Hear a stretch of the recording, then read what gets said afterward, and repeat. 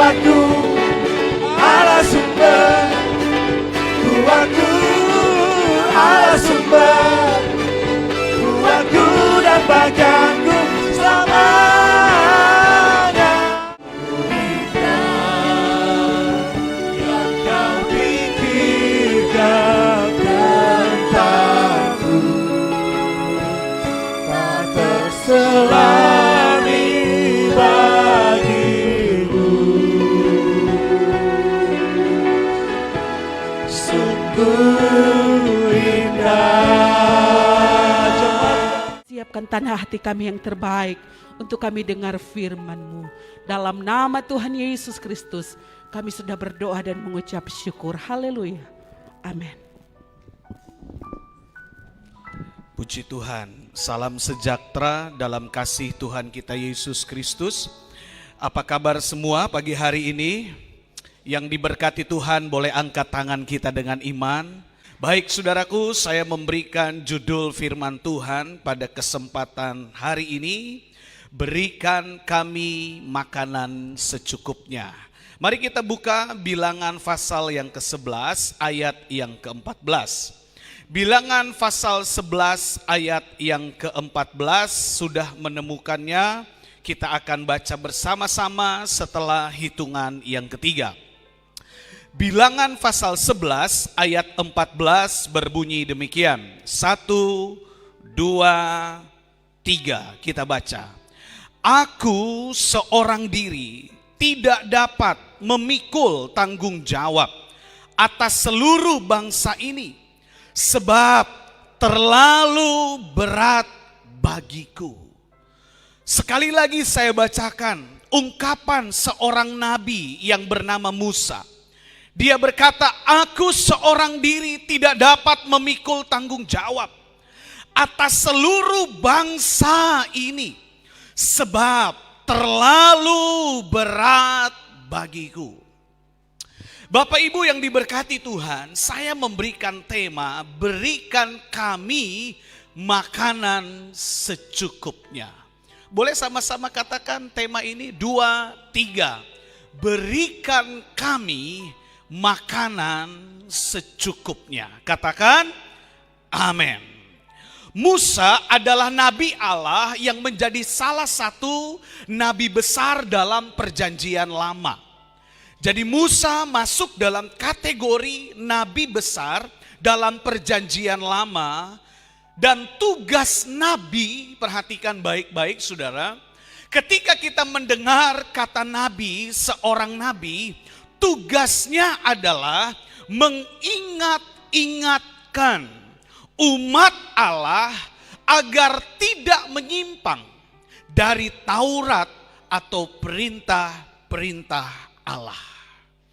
Jadi tugas nabi itu mengingat-ingatkan umat Allah supaya tidak menyimpang, tidak keluar dari perintah atau titah Allah. Nah saudara, tugas nabi ini tidak gampang. Tugas seorang nabi tidak mudah. Tugas seorang nabi tidak semudah yang kita bayangkan.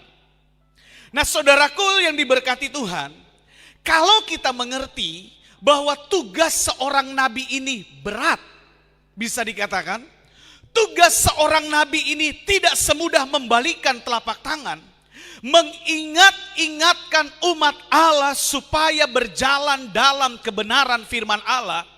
Maka itu saudara, saya rasa lumrah dan wajar kalau Musa dalam ayat 14 ini mengungkapkan isi hatinya kepada Tuhan. Amin. Sebagai seorang nabi yang mempunyai tugas yang berat, yang mempunyai tanggung jawab yang berat, ketika dia ada pada titik tidak mampu menghadapinya, wajar kalau Musa mengeluh kepada Tuhan. Dalam tanda petik, Musa mengungkapkan isi hatinya, dan sangat lumrah seseorang ketika dalam keadaan tidak berdaya menceritakan isi hatinya kepada Tuhan. Dan itu bisa kita lakukan. Bukan berarti kita bersungut-sungut. Tetapi menyerahkan segala isi hati kita kepada Tuhan, itu adalah hal yang tepat ketimbang kita bersungut-sungut. Katakan amin. Sebagai nabi, dia punya tanggung jawab yang berat. Dalam ayat 14, saudara baru baca bersama dengan saya. Dia berkata, aku tidak mampu seorang diri memikul tanggung jawab yang berat ini terhadap bangsa yang besar ini. Terjadi sebuah ungkapan hati yang paling dalam dari seorang nabi yang bernama Musa. Kalau nabi saja bisa mengungkapkan isi hatinya, apalagi saya dan saudara sebagai jemaat, sebagai umat-umat Allah. Saya percaya tidak jarang saudara di perjalanan, di motor, di mobil, di rumah, di mana saudara tanpa sengaja berkata, Tuhan, mengapa ini harus terjadi? Tuhan, secara daging berat kami harus memikul beban dan pergumulan ini. Dan itu lumrah, itu wajar bagi setiap manusia yang ada di kolong langit ini. Kita melihat apa yang menjadi latar belakang. Apa yang melatar belakangi Musa dalam tanda petik mengeluh kepada Tuhan. Dia tidak mengeluh kepada bangsa Israel, dia tidak mengeluh kepada orang lain, tetapi tepat sasaran dia mengeluh kepada Tuhan. Dia mengungkapkan, mencurahkan isi hatinya kepada Tuhan. Karena dia tahu Allahnya yang berjalan bersama dengan dia tidak pernah meninggalkan dia. Apa yang melatar belakangi? Musa berkata, aku sendiri tidak dapat memikul tanggung jawab ini. Garis bawahi kata-kata ini. Aku sendiri tidak dapat memikul tanggung jawab ini. Sebagai seorang nabi yang dipilih oleh Allah. Yuk kita mundur di ayat sebelumnya. Ayat 1 sampai ayat yang ke-6. Ini latar belakang Musa akhirnya mengeluh kepada Tuhan, menceritakan isi hatinya, segala keluh kesahnya kepada Tuhan. Dengan maksud, sekali lagi perhatikan, Musa bukan bersungut-sungut, tetapi Musa menceritakan isi hatinya. Karena ada latar belakang yang membuat Musa harus berkeluh kesah kepada Tuhan. Yuk kita lihat latar belakangnya apa. Ayat 1 sampai ayat 6. 2, 3. Pada suatu kali bangsa itu bersungut-sungut. Justru bangsa inilah yang bersungut-sungut di hadapan Tuhan tentang nasib buruk mereka. Dan ketika Tuhan mendengarnya, bangkitlah murkanya. Kemudian menyalalah api Tuhan di antara mereka dan merajalela di tepi tempat perkemahan. Lalu berteriak, sudah bersungut-sungut, berteriak-teriak. Bangsa itu kepada siapa? Halo, kepada siapa? Kepada Musa. Perhatikan saudara latar belakang ini. Mereka berteriak kepada Musa. Dan Musa berdoa kepada Tuhan. Dan Tuhan mendengar doa Musa. Maka padamlah api itu. Seharusnya di sini bangsa Israel bersyukur. Karena doa nabi yang memimpin mereka masih didengar oleh Tuhan. Terus, sebab itu orang menamai tempat itu Tabera. Karena telah menyala api Tuhan di antara mereka. Perhatikan kata-kata ini. Orang-orang bajingan. Saya perlu beritahu kepada saudara. Orang-orang bajingan ini ada banyak penafsiran yang mengungkapkan siapa jati diri mereka. Dan sebagian besar tafsiran GPDI, orang-orang bajingan ini adalah sebagian orang-orang Mesir yang ikut keluar bersama dengan bangsa Israel. Mereka menyusup di antara sekian ribu bangsa Israel. Mereka ikut keluar untuk menjadi sekam, menjadi apa itu lawannya gandum? Semak, menjadi semak duri dalam lingkungan bangsa Israel. Maka itu disebut dengan orang-orang bajingan. Jadi mereka adalah kelompok dari bangsa Mesir yang ikut keluar dengan bangsa Israel dan menghasut bangsa Israel, sehingga dikatakan terus di antara mereka kemasukan nafsu rakus. Dan perhatikan, orang Israel pun ada perpisahan kata antara orang bajingan dan orang Israel. Perhatikan, orang-orang bajingan yang ada di antara mereka. Jadi di antara itu hanya sebagian kecil. Amin. Jadi kelompok-kelompok orang Mesir yang coba-coba masuk di antara orang Israel kemasukan nafsu rakus. Nah, saudaraku diberkati oleh Tuhan, maka orang Israel pun menangis serta berkata, siapakah yang akan memberi kita makan daging? Kita teringat kepada ikan yang kita makan di Mesir dengan tidak bayar apa-apa. Kepada mentimun, semangka, bawang prei, bawang merah, bawang putih. Tetapi sekarang kita kurus kering, kerontong. Tidak ada sesuatu apapun kecuali mana ini saja yang kita lihat. Ada latar belakang yang membuat Musa harus berkata, aku sendiri tidak mampu memikul tanggung jawab ini. Saudara bisa bayangkan, memberi makan 1 orang, 2 orang, 3 orang dalam keluarga, itu gak semudah membalikan telapak tangan. Yang setuju anggukan kepala kita. Amin. Musa harus memberi makan ribuan orang, dan di dalam itu diantaranya ada orang-orang bajingan. Siapa orang bajingan ini, saudara? Orang-orang Mesir yang ikut menyusup keluar bersama dengan bangsa Israel. Ini yang membuat Musa berkeluh kesah kepada Tuhan.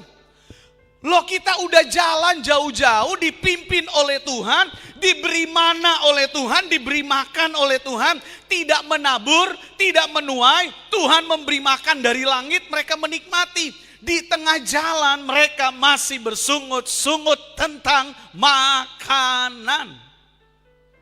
Tentang daging, mereka ingat ketika di Mesir bisa makan ini itu walaupun dalam perbudakan. Yang mereka pikirkan hanya kepentingan perut. Yang mereka pikirkan hanya keinginan daging. Mereka mengeluh oleh karena daging. Perhatikan baik-baik. Yang membuat Musa pusing 7 keliling.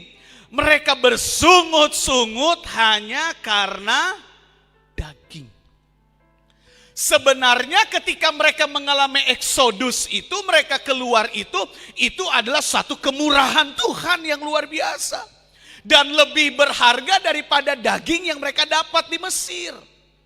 Tetapi karena ada orang-orang bajingan yang memprovokator di dalamnya, maka kondisi keluarga Israel ikut terbawa dengan keadaan itu. Inilah latar belakang. Kalau saudara baca ayat 14 selanjutnya, Musa berkata, aku tidak mampu seorang diri. Loh ya, kalau saudara jadi Musa, kira-kira Bapak Ibu jadi Musa, gimana ceritanya? Kalau yang kanan bilang, "Ma, minta ini." Yang kiri bilang, "Ma, minta itu." Anak ketiga bilang di belakang, "Ma, minta ini." Anak keempat bilang, "Ma, minta itu." Kira-kira gimana, saudara? Sebagai Musa, kalau saudara jadi Musa, mendengar ribuan orang berteriak, "Daging, daging, minta daging."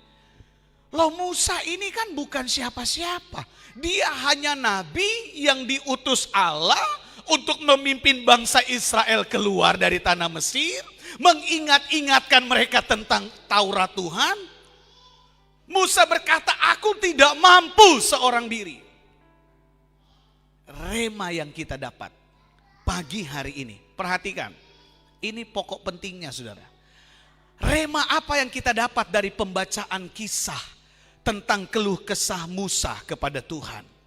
Perhatikan baik-baik. Kadangkala tanpa kita sadari, sikap kita yang menuntut sesuatu kepada orang-orang terdekat, keluarga, saudara, harus ada atau harus terjadi seperti keinginan diri sendiri, itu dapat membuat mereka, orang-orang terdekat kita, merasakan beban yang berat dalam hati mereka. Izinkan Roh Allah membukakan sebuah pelajaran bagi kita. Sebagai keluarga, tanpa disadari, tuntutan kita yang harus ada sesuai keinginan kita, tanpa kita sadari, orang terdekat kita, keluarga kita, merasakan beban yang berat dalam hati mereka. Saya tidak tahu isi hati saudara, tapi izinkan Roh Kudus menyadarkan kita dan membuat kita mengerti kembali apa yang dimaksud dengan hubungan keluarga, bagaikan Musa dan bangsa Israel. Ini sama seperti yang dirasakan oleh Musa ketika bangsa Israel menuntut makanan daging. Mereka menuntut kepada Musa harus ada. Loh, kita cuma makan ini aja, ini saja, ini itu. Kami pengen daging pokoknya. Saudara, tanpa disadari, tuntutan kita membuat hati orang terdekat yang kita sayangi mengalami berat menghadapi tanggung jawab itu. Mungkin saudara mengerti dan menyadari hal ini. Apalagi yang bikin berat kepada orang terdekat kita adalah di saat kita mulai membanding-bandingkan. Musa lebih baik di Mesir. Di Mesir lebih enak, nggak bayar apa-apa. Kami bisa makan semangka, kami bisa makan bawang merah, bawang putih. Kami bisa makan segala sesuatu dengan baik. Loh, sekarang kami bersama engkau, kami kurus kering. Saudara bahasakan tadi, kami kurus kering. Saudara, hati siapa yang tidak tersakiti? Ketika kita berupaya memberi yang terbaik untuk orang yang kita kasihi, kemudian dengan gampangnya dia berkata, nggak sama dengan mereka, kita nggak sama dengan yang lain, membanding-bandingkan, oh di sana lebih enak, di sana lebih nyaman, saya susah hidup dengan kamu dan lain sebagainya. Ini menjadi pelajaran bagi kita. Jangan pernah menuntut sesuatu kepada orang terdekat kita harus ada sesuai keinginan kita. Karena tanpa disadari, hati suami, istri, anak-anak bisa mengalami beban yang sangat berat. Ketika seseorang berkata, lebih enak di sana kok. Saya di sini kurus kering. Hanya memikirkan keinginan diri sendiri. Ini rema yang harus kita pelajari. Dan akhirnya semua latar belakang itu membuat Musa terpaksa. Perhatikan. Membuat Musa terpaksa mengeluh kepada Tuhan. Karena dia udah gak sanggup diri sendiri. Mungkin saudara pernah mengalami hal ini. Terpaksa kita mengeluh kepada Tuhan. Tuhan, ini udah gak mampu, saya udah gak sanggup Tuhan, saya gak mampu memikul tanggung jawab ini sendiri. Musa mengalami kegelisahan yang luar biasa. Musa mengalami kegelisahan yang bangsa Israel tidak mengerti apa yang sedang Musa alami. Sehingga ketika mereka bersungut-sungut, Tuhan marah, Musa masih berdoa, Tuhan ampunilah mereka. Padamkanlah apimu itu, dan Tuhan dengar. Tetapi toh mereka tetap bersungut-sungut soal makan. Kesimpulannya saudaraku, yang harus menjadi pelajaran kita saat ini di tengah-tengah pergumulan hidup. Mau tidak mau kita harus memenuhi kebutuhan hidup keluarga kita. Yang setuju katakan amin. Katakan amin. Mau atau tidak mau, suka atau tidak suka, kita harus memenuhi kebutuhan hidup mereka. Nah, kita akan lihat kuncinya. Bagaimana kita menyikapi kondisi yang seperti itu. Dan ini berlaku secara universal bagi semua pribadi.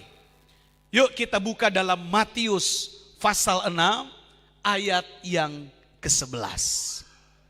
Matius pasal 6 ayat yang ke-11. Ini adalah doa yang sederhana tetapi mempunyai makna yang sangat luas yang Yesus ajarkan soal kebutuhan makanan. Yuk kita baca sama-sama doa yang Yesus ajarkan. 2, 3. Berikanlah kami pada hari ini makanan kami yang secukupnya. Boleh katakan haleluya? Boleh katakan haleluya? Hal ini dilupakan oleh bangsa Israel. Yesus mengajarkan doa ini lewat pengalaman nenek moyang kita. Jangan bersungut-sungut soal makanan. Tapi belajarlah setiap hari berkata, berikanlah kami hari ini makanan kami yang secukupnya. Ada haleluya saudara sola gracia. Ini akan membuat kondisi rumah kita damai. Anak-anak muda, anak-anak sekolah minggu, suami, istri, orang tua. Ketika kita belajar meminta secukupnya kepada Tuhan, maka saya percaya rumah tangga kita akan diberkati oleh Tuhan. Jangan sampai terjadi sikap menuntut soal makanan harus ada sesuai keinginan diri sendiri.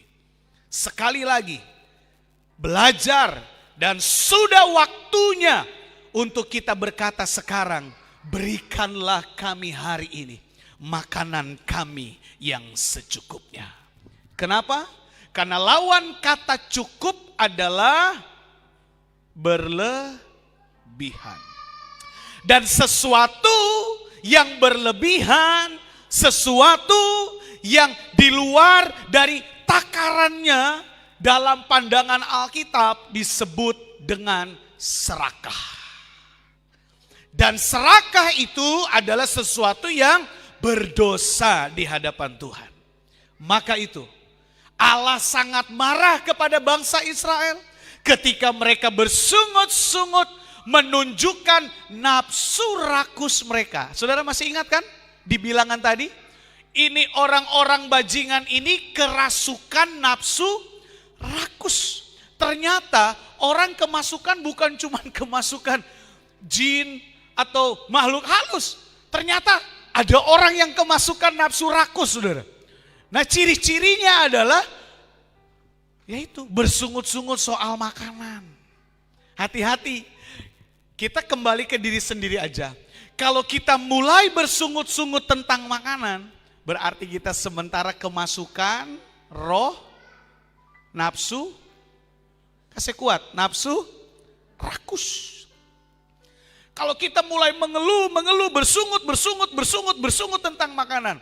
Yuk kita belajar kepada doa yang Yesus ajarkan. Berikanlah kami pada hari ini makanan kami yang secukupnya. Boleh berikan sorak-sorai yang meriah buat firman Tuhan hari ini. Saya yakin kalau anak-anak belajar tentang hal ini, kita tidak akan menjadi orang yang mudah memberontak. suami istri saling memahami, saling mengerti, saling percaya. Yuk belajarlah untuk memikul beban yang berat. Karena bukan hanya tanggung jawab suami, bukan hanya tanggung jawab istri, bukan hanya tanggung jawab anak-anak.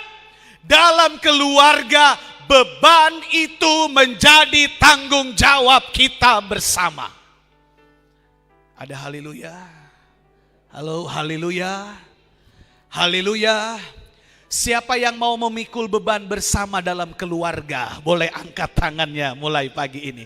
Yang ingin memikul beban bersama-sama, angkat tanganmu dan katakan, berikanlah kami. 2, 2, 3.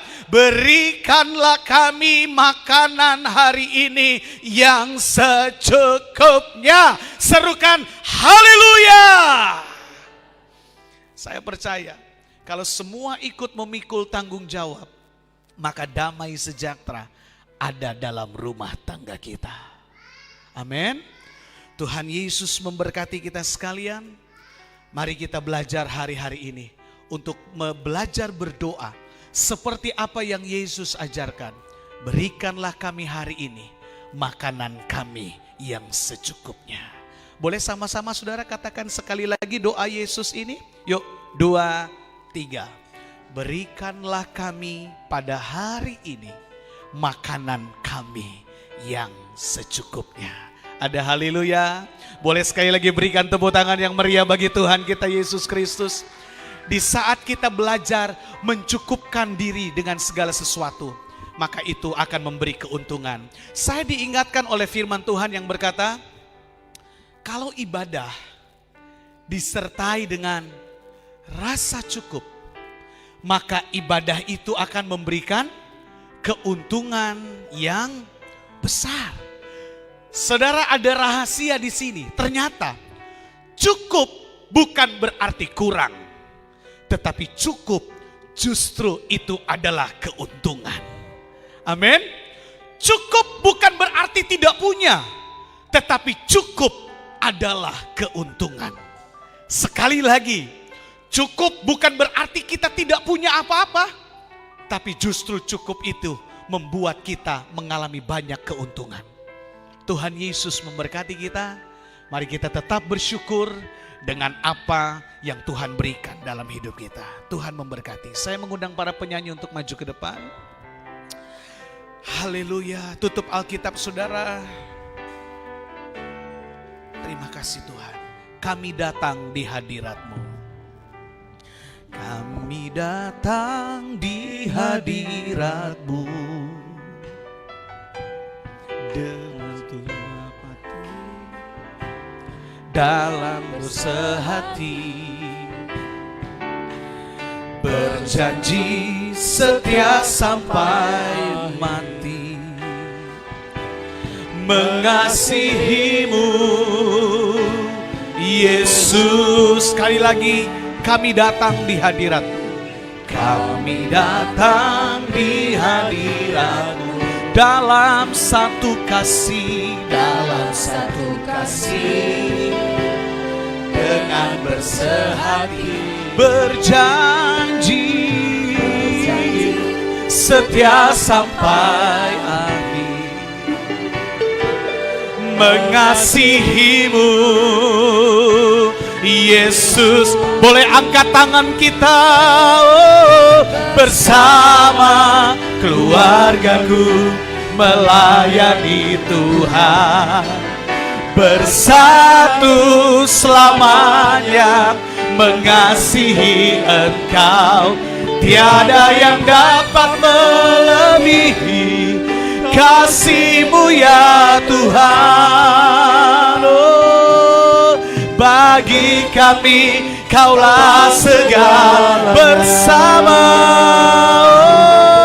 bersama keluargaku melayani Tuhan, bersatu selamanya mengasihi Engkau.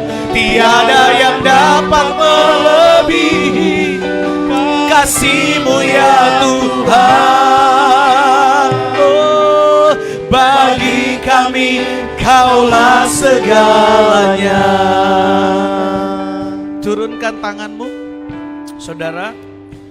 Makanan di sini berbicara tentang segala aspek kehidupan manusia.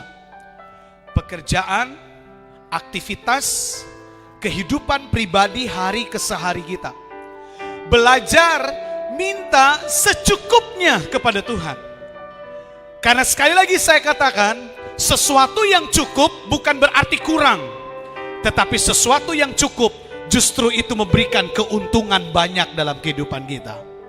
Saya ingin berdoa buat saudara, suami, istri, dan anak-anak. Biar Tuhan memberikan roh yang selalu belajar hidup dalam secukupnya.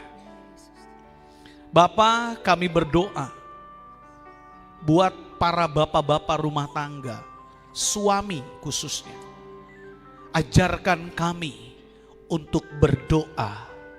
Berikanlah kami hari ini makanan kami yang secukupnya. Demikian dengan istri, ibu-ibu rumah tangga. Berikan kami roh yang sama, sehingga kami sehati, sepikir, sepenanggungan, memikul beban, tanggung jawab bersama-sama. Tidak seorang diri lagi, tapi ada pemulihan dalam rumah tangga. Sehingga ibu rumah tangga pun mampu berkata, berikanlah kami hari ini makanan kami yang secukupnya. Hamba berdoa buat anak-anak kami ya Tuhan. Berikan mereka roh yang sama juga. Supaya anak-anak kami belajar berdoa, menghadap meja makan, dan berkata, berikanlah kami hari ini makanan kami yang secukupnya. Biar Tuhan memberkati orang tua kami, mama papa kami. Tuhan memberkati meja makanan kami. Anak-anak diberikan roh yang bersyukur tentang makanan. Jangan biarkan hanya soal makanan terjadi keributan dalam keluarga. Jangan biarkan nafsu rakus mencuri damai sejahtera dalam rumah tangga. Hamba berdoa di dalam nama Yesus. Berikan roh-Mu ya Tuhan. Kuriala malamata kayara lama syikiala masyangkara mata. Berikan roh yang selalu bersyukur dalam hidup ini. Kami selalu berkata, berikan kami secukupnya hari ini Tuhan. Supaya kami tidak meninggikan diri dan kami tidak menjadi orang yang pesimis. Tapi kami belajar menjadi orang yang bersyukur dalam segala perkara. Di dalam nama Yesus. Diberkatilah setiap keluarga kita. Diberkatilah seisi rumahmu. Diberkatilah rumah tangga kita masing-masing.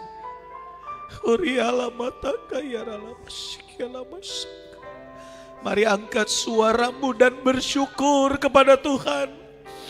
Mari kita belajar berdoa. Angkat doamu sekarang. Berikan kami makanan kami yang secukupnya Tuhan. Haleluya Yesus. Jangan biarkan kami menjadi beban bagi orang lain. Jangan biarkan keinginan kami menjadi beban bagi orang lain. Terima kasih Tuhan. Haleluya. Terpujilah nama-Mu Yesus. Mari kita bangkit berdiri bersama-sama. Bersama keluargaku melayani Tuhan, bersatu selamanya mengasihi Engkau. Tiada yang dapat melebihi kasih-Mu ya Tuhan. Bagi kami Kaulah segalanya bersama